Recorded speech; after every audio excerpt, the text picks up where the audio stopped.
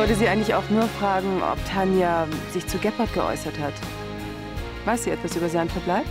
Sie sagt nein. Es wäre ihr zuzutrauen, dass sie gemeinsame Sache macht mit Gebhard. Und Ihnen nicht. Ich hatte einen Scheißtag. Ich komme hier nach Hause, du sitzt hier und willst mit mir über Jan reden. Ich will euch ja nur verstehen. Mann, Kerstin, lass mich doch einfach in Ruhe damit, verdammt nochmal! Wenn du also das nächste Mal die Hausherrin spielen willst, dann vergiss nicht, dass ich hier die älteren Rechte habe. Ich will dich hier nicht mehr sehen. Ich habe dich lang genug hier ertragen. Dich und Julia und euer Kind.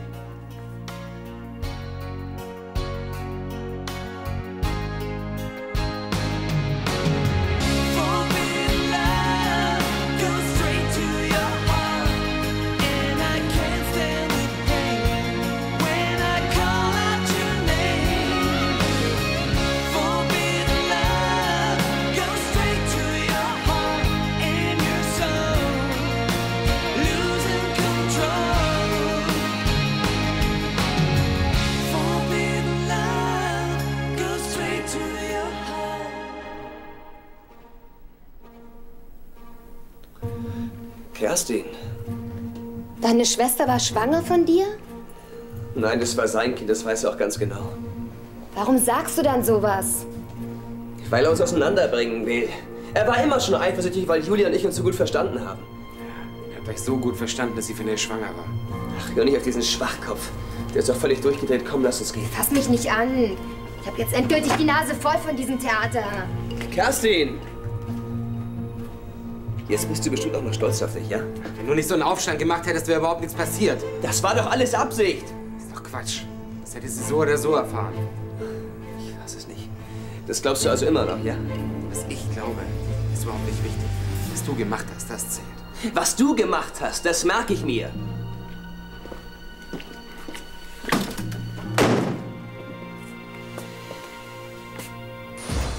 Sehe ich das richtig? Daniel Aminati hat in dieser Woche gleich 2 Gigs hintereinander? Ja, ein Doppelkonzert.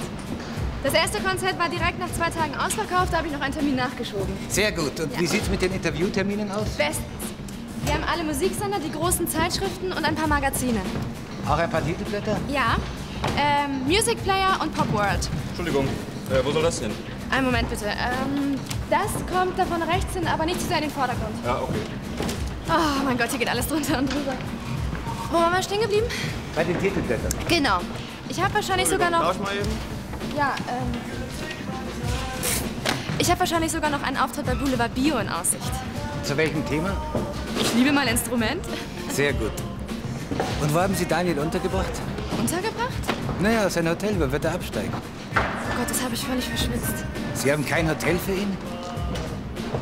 Aber ich kümmere mich natürlich sofort darum. Wir haben Messe, das wissen Sie. Stimmt, aber für Daniel Aminati finden wir was. Das ist ja nicht irgendwer. Eben. Keine Sorge, Sie können sich auf mich verlassen. Herein.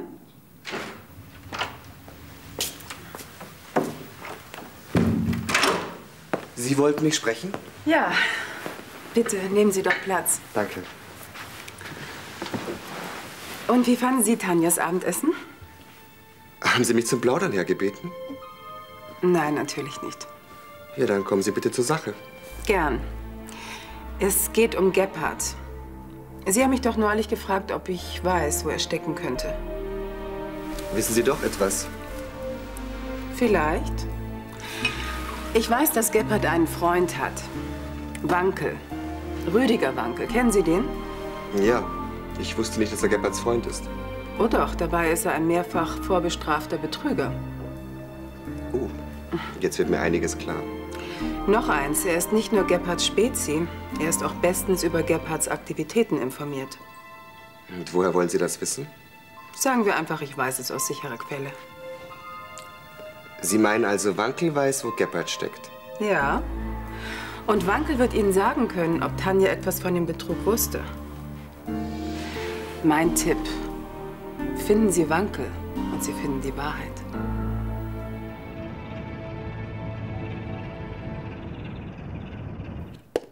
Gar nichts mehr frei? Auch nicht die Suite? Okay, danke. Bonjour, Sophie. Rate mal, was ich heute Abend vorhabe. Woher soll ich das wissen?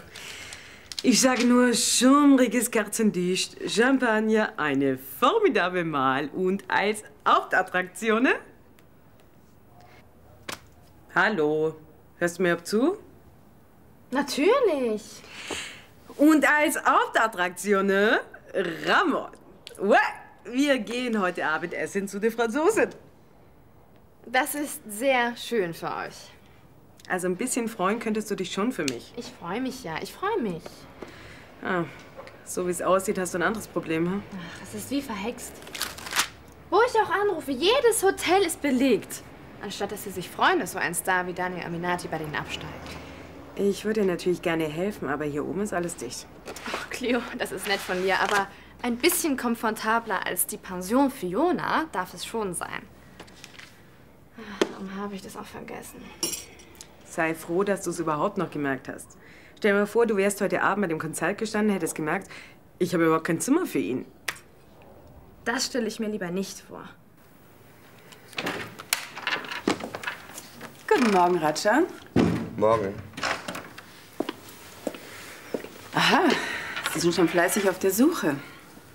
Ja, leider ohne Erfolg. Das hier sind alle Wankels, die in Deutschland einen Telefonanschluss haben. Niemand kennt ihn, niemand ist mit ihm verwandt, geschweige denn, dass er selbst ein Telefon hat. Offensichtlich hat er eine Geheimnummer. Ach, zu dem Schluss bin ich auch schon gekommen. Bloß, wie kriege ich die raus? Gute Frage. Also an Ihrer Stelle würde ich es mal bei Tanja versuchen. Haha, sehr witzig. Die wird sie mir gerade sagen. Sie sollen sie auch nicht fragen. Sie meinen, ich soll bei Tanja rumschnüffeln? Sagen wir lieber recherchieren. Das klingt viel besser. Jetzt frage ich mich aber, warum Sie mir all die guten Ratschläge geben. Was haben Sie davon? Ich möchte, dass die Wahrheit ans Licht kommt und Sie an Ihre Million. Das kann Ihnen doch egal sein. Ich habe Ihren Vater sehr gemocht. Deshalb möchte ich auch, dass Sie zu Ihrem Recht kommen. Sinn für Gerechtigkeit habe ich bisher nicht zu Ihren Charaktereigenschaften gezählt. Da sieht man wieder mal, wie man sich täuschen kann. Hi. War Kerstin hier? Hallo. Nein, aber die wird auch nicht mehr kommen. Die hat heute abgesagt. Ach, scheiße. Wieso? Irgendwas passiert? Ich muss sie unbedingt sprechen. Na, dann ruf sie an. Das habe ich bereits getan. Leider ohne Erfolg.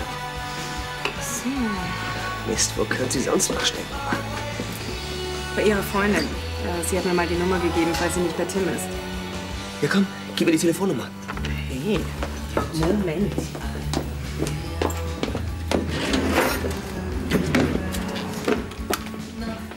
Was ist denn mit dem los? Tja, sieht aus, als wenn er schrecklich Sehnsucht hätte.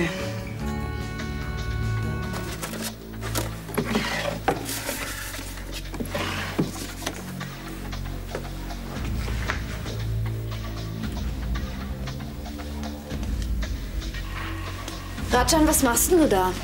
Tanja, hallo. Ich suche die letzte Liste für die Spendensammlung, für die Stiftung. Das gibt dir wohl nicht das Recht, hier rumzuschnüffeln. Abgesehen davon ist die Liste nicht hier, die ist im Stadtbüro. Natürlich, ja, vollkommen vergessen. Da rufe ich gleich mal an und lass sie mir zufaxen.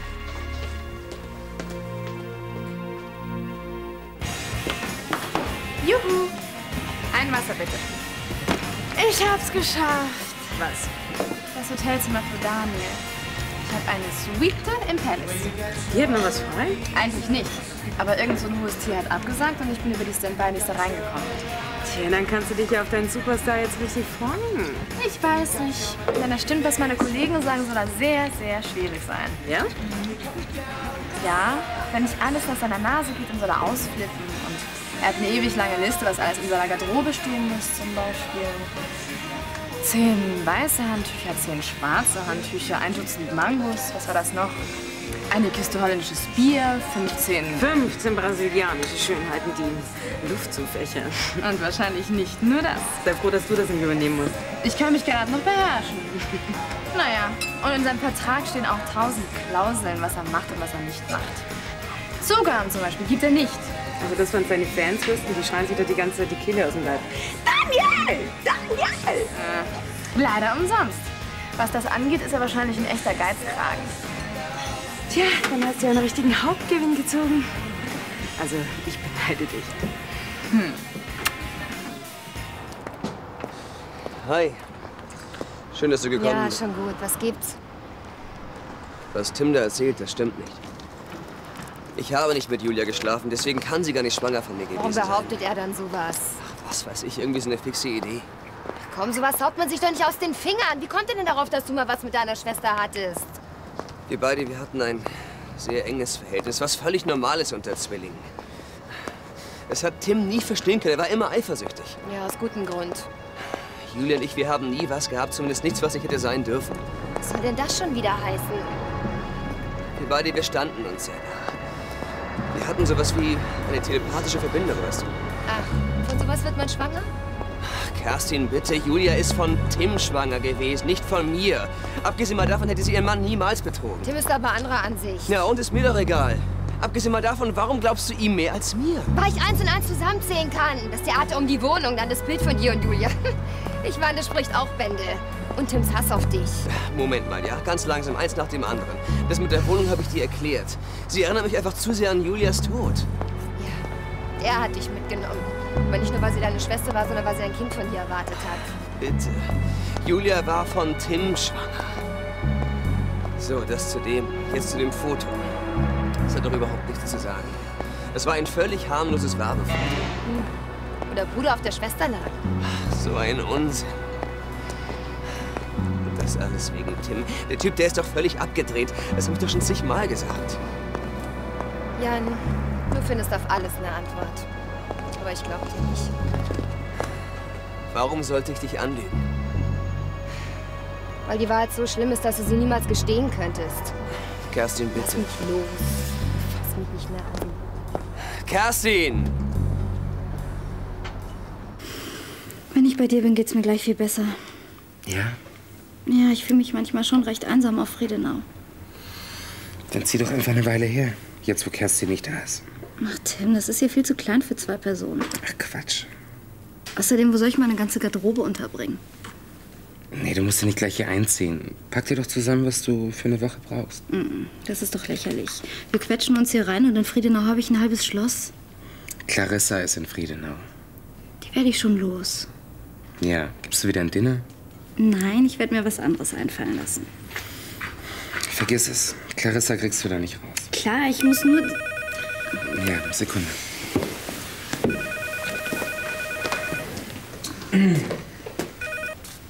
Sander? Sie schon wieder. Was denn? Ich habe Ihnen doch gesagt, dass ich bezahle. Ja, das kann doch mal passieren. Ich habe bis jetzt immer alles zurückgezahlt. Ja, ich brauche eine Woche noch ungefähr. Übermorgen? Was ist los? Nichts. Hast du Schulden?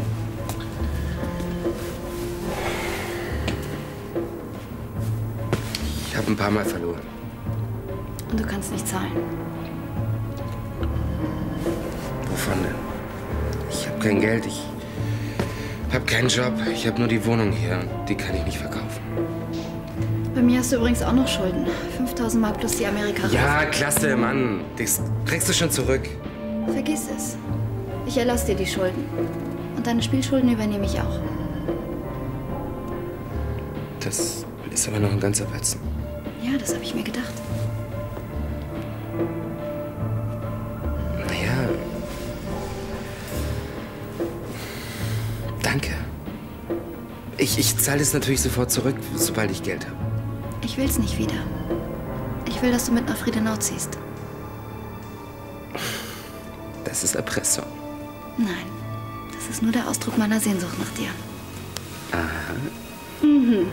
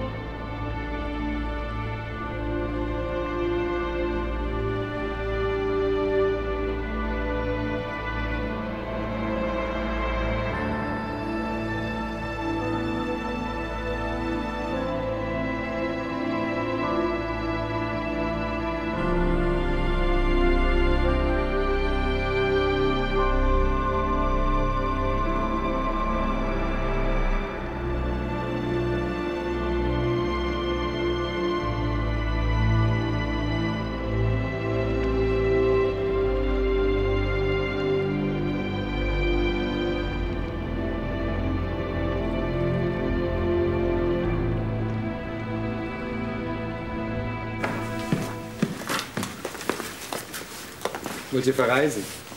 Nein, wir kommen gerade an, Raja. Sonst würden wir in die andere Richtung gehen. Können wir vorbei? Bitte. Danke. Nanu, was wird das denn? Tim zieht bei mir ein. Na, das ist ja ein Ding. Was würde denn Ben dazu sagen? Oder Julia? Keine Ahnung, aber ich weiß genau, was Christoph sagen wird, wenn er sie hier sieht. Raus! Ach, Ihre Frechheiten können Sie sparen. Wollen Sie mir den Mund verbieten? Aber nein, reden Sie nur. Ich muss Ihnen ja nicht zuhören.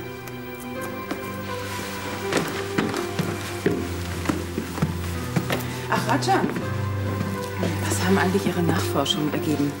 Irgendeine Spur von Wankel? Leider nicht. Machen Sie sich nichts draus. Vielleicht kann ich Ihnen ja helfen. Ich habe nämlich auch meine Nachforschung angestellt. Und ich bin fündig geworden.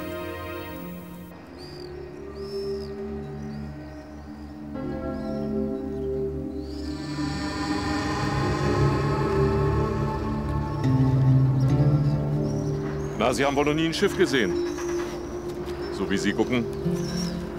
Wenn Sie wollen, führe ich Sie mal rum. Auf dem Schiff? Ja. Und wohin soll die Reise gehen? Nach Rotterdam. Wieso, wollen Sie mitfahren? Ach, ich weiß nicht. Suchen Sie einen Hilfsmatrosen. Können Sie den zupacken?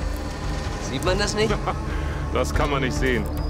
Es gibt Männer, die haben solche Muskeln und man kann doch nichts mit denen anfangen. Manchmal sind die kleinen, dünnen die Besten. So, ich würde nicht schlapp machen. Ja, ich kann aber nicht viel zahlen. Ach, das macht nichts. Hauptsache, ich komme hier weg. Sie werden nicht zufällig von der Polizei gesucht? Nein. Aber wenn ihm so wäre, dann würde ich es Ihnen garantiert nicht sagen. Das ist auch wieder wahr. Also, dann sehen wir uns morgen. Das heißt, ich kann bei Ihnen mitfahren? Ja, wenn Sie doch wollen. Ja, klar doch. Ich bin überrascht, wie schnell das geht. Ja, was sollen wir da lange rumreden? Sie sind ein ordentlicher Junge, das sehe ich. Und der Rest wird sich zeigen. Ach, wie heißen Sie übrigens? Ich heiße Jan. Jan? Na, das ist doch ein guter Name für Matrosen. Sie melden sich morgen um 3 bei Kapitän Gronek. Das bin ich. Und dann klären wir den Rest. Alles klar. Tschüss. Ja, tschüss.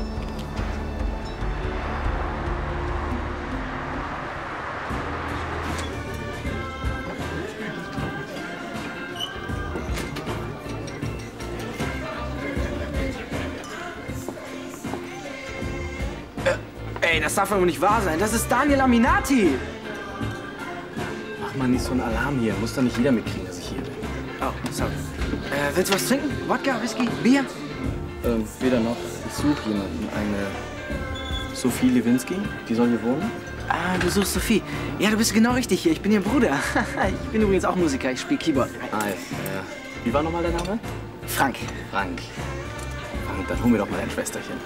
Die ist gerade nicht da. Was mache ich denn jetzt? Wieso? Worum geht's denn? Ich muss irgendwo pennen. Ich dachte, Sophie hat dir eine Suite besorgt in so einem Nobelschuppen. Ja, hat sie auch. Stimmt irgendwas nicht damit? Fehlen vielleicht die schwarzen Handtücher? Nein, die Bude ist schon okay. Es ist einfach zu laut dort. Fans unter meinem Fenster. Die feiern eine Party. Das ist einfach stressig. Ey, das ist doch cool.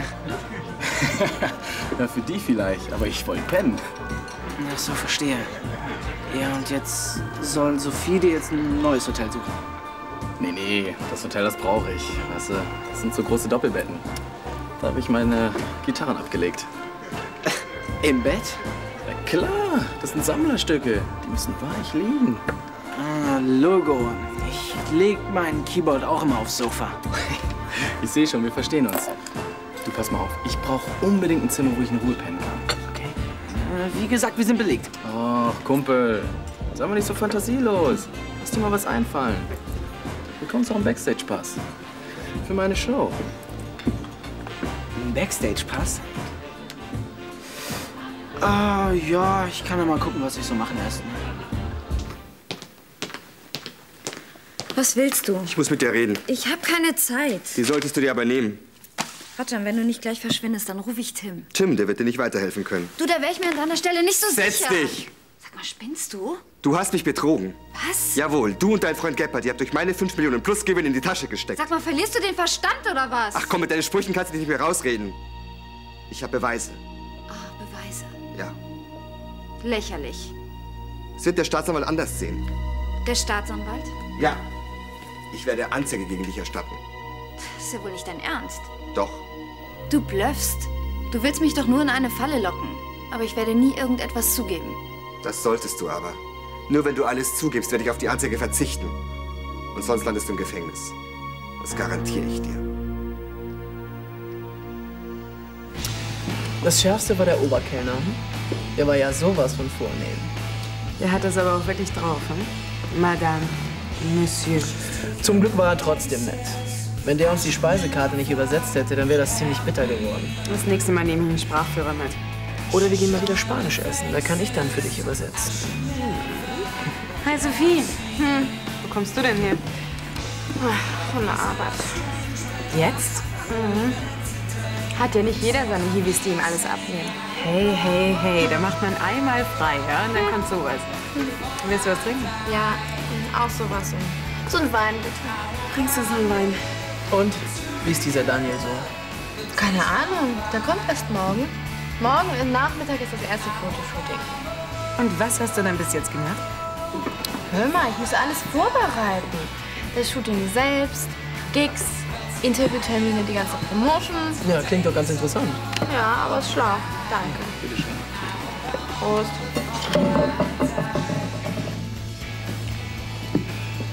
Aber morgen triffst du ihn doch. Tja, willst du ein Autogramm oder was? Nein, ich nicht.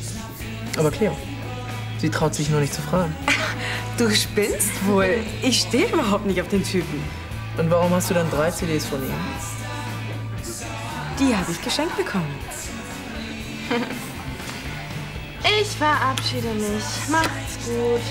Jetzt schon? Ja, ich bin todmüde und ich habe morgen einen harten Tag vor mir. Und das Autogramm? Das sollst du haben. Morgen.